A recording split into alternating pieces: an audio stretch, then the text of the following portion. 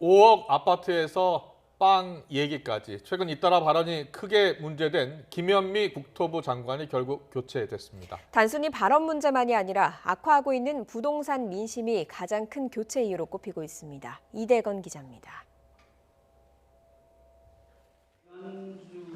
임대차 3법의 영향에 대해선 경제부총리와 혼선을 빚었고 최근의 전세의 어려움에 대해서는 여러 가지 요인이 있지만 계약갱신 청구권 때문이다, 임대차 3법 때문이다 이렇게 말씀드리기는 좀 어렵습니다. 왜냐하면 5억 아파트 발언으로 주무장관이 아파트 시세도 모른다는 비판을 받아야 했습니다.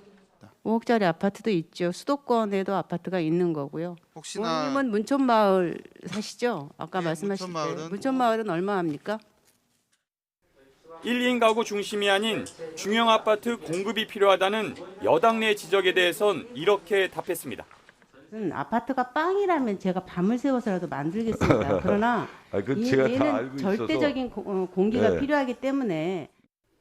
김현미 국토부 장관의 빵 발언에 대한 여론이 들끓는 건 단순히 비유 때문만이 아닙니다.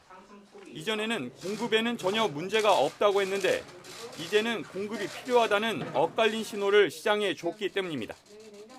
김현미 장관의 발언이 연일 도마 위에 오르면서 장관 수행 의지가 있는지에 대한 의문까지 들 정도였습니다. 실제 김 장관은 이전 개각 때와 지난 총선 전에 그만두겠다는 의사를 보인 것으로 전해졌지만 유임되곤 했습니다. 문 대통령의 신임이 두텁기 때문입니다. 그런데 부동산 문제가 걷잡을 수 없이 커지고 있습니다. 이렇게 되면 코로나 위기가 지속되더라도 내년 4월 보궐선거 핵심 이슈는 부동산일 수밖에 없습니다. 이미 국민의힘이 정주준하고 있습니다.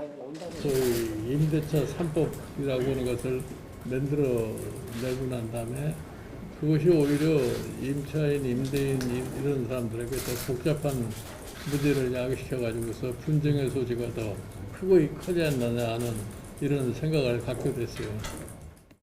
결국 김현미 장관에 대한 문 대통령의 신임도 부동산 민심 악화를 외면할 순 없었습니다.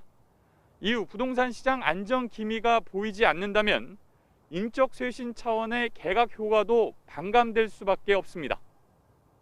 YTN 이다운입니다.